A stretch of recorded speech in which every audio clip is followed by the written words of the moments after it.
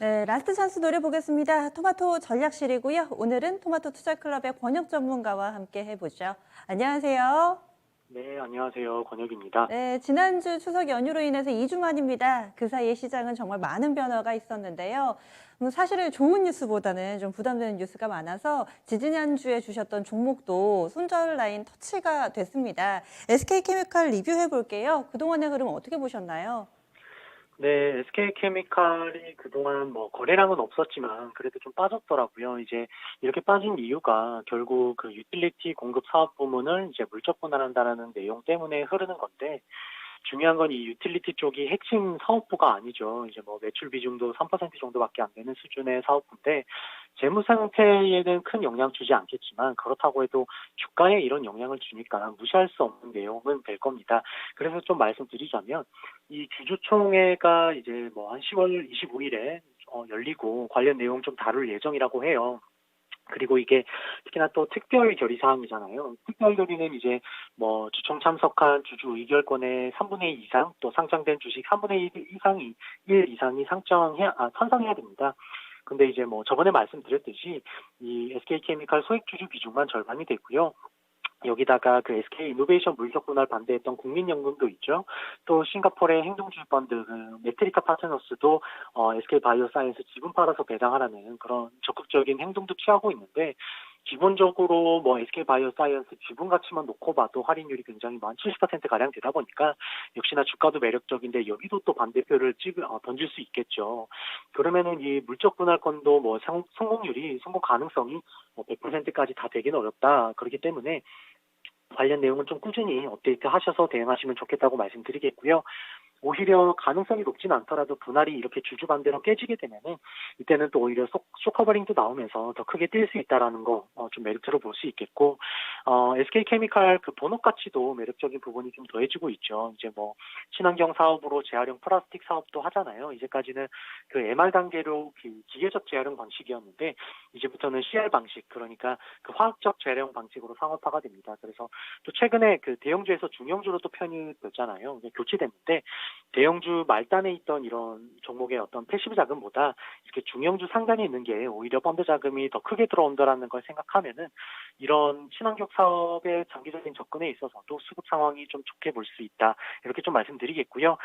이런 친환경 사업도 매력적인데, 9월 들어서 그 SK 디스커버리, 그러니까 SK 케미칼의 대주주죠.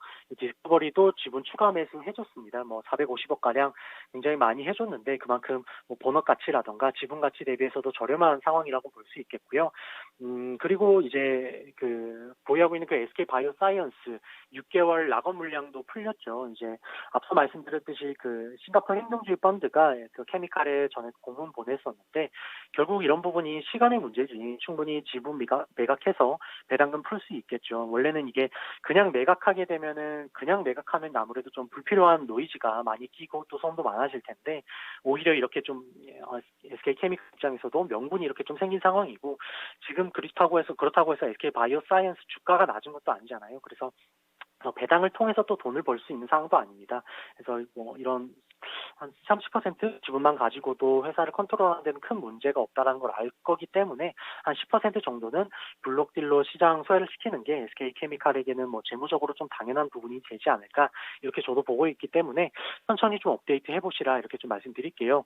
이런 부분도 정리하면 결국 지분 매각하고 현금성 자산이 종속회사에서 얻게 되는 그런 지분 가치보다는 시장에서 이런 현금성 자산이 더 높은 평가를 해주고 있기 때문에, 결국 이런 상황도 행동주의 펀드가 이렇게 끼면서 주가 흐름을 좀 긍정적으로 기대해 볼 수 있지 않을까, 이렇게 좀 보유 전략도 같이 한번 말씀드리도록 하겠습니다. 네, 알겠습니다.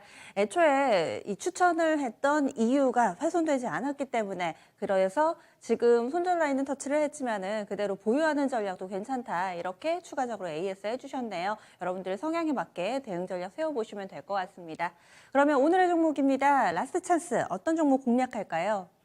네, 오늘은 푸드나무 들고 왔습니다. 네, 이 종목은 어떤 메리트 있는지 알려주세요. 네, 푸드나무가 그 HMR, 그러니까 가정식 대체식품이라고 하죠.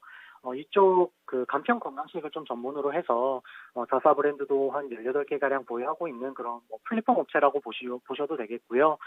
재무적인 부분 말씀드리자면은 매분기 계속해서 최대 매출액을 찍고 있는데, 2분기 매출액도 506억으로 역시 분기 최대 매출액입니다. 그리고 뭐 판관비도 보면 광고비 포함해서 작년 동기 대비 증가하긴 했지만 판관 비율은 오히려 개선되고 있는 상황, 한 2% 가까이 개선됐더라고요.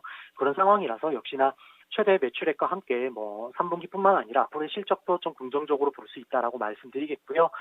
매출 원가율 같은 경우도 신제품이 계속 나오다 보니까 뭐 증가하는 부분이 있지만은 그래도 매출액 증가 자체가 뚜렷하게 나오다 보니까 오히려 뭐 긍정적으로 볼 수 있다 이렇게 좀 말씀드리겠고, 그 랭킹닷컴이라고 뭐 한번 들어보셨을 텐데 닭가슴살 판매 채널도 보유하고 있습니다. 여기에 특히나 자사 식품 브랜드도 한 16개 가량 포함해서 주요 국내 그 HMR 브랜드 뭐 300개 이상의 랭킹닷컴 플랫폼에 여기가 다 들어와 있는 상황이고요.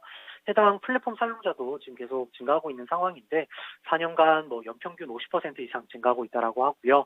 올해 상반기만 27만 명 유입됐고 뭐 플랫폼 사용자 수도 계속 증가하고 있는 추세입니다. 특히나 이게 플랫폼 재구매율도 약 50% 정도 되다 보니까 이렇게 플랫폼 사용자 수가 늘어나면서 누적되고 성장 규모도 좀 극대화될 수 있는 구간이라고 보고요. 뭐 IR팀에도 확인했을 때 그 중국 진출에 대해서도 생산 인허가 지금 미리 받은 상황이고, 판매 인허가 같은 경우도 위니푸드를 주관으로 해서 지금 진행 중인 상황 확인됩니다. 이게 또 중국 진출이 빠르면 올해 안에도 판매될 수 있을 거라고 보고요.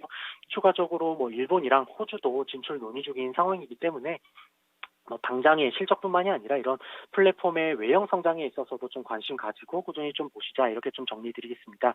최근 조정도 좀 이쁘게 받은 상황이죠. 이렇게 근데 이 조정의 이유가 뭐 이슈가 특별히 있었던 건 아니기 때문에 현재가 이하권에서는 충분히 좀 매수 관점 가져보시자 이렇게 좀 말씀드리겠고요.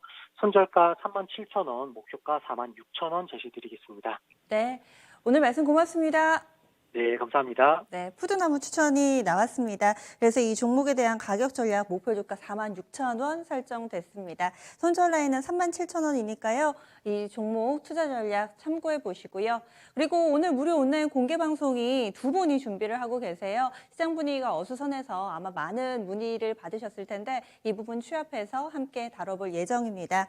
먼저 4시입니다. 잠시 후 4시에는 토마토 투자자문의 박준현 운용역이 준비를 하고 있습니다. 변동성 장세, 수익을 가져다 줄 종목에 대한 이야기 나눌 거고요.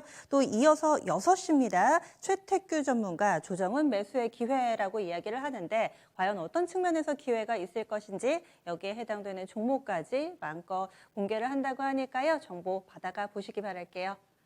지금까지 토마토 전략실이었습니다.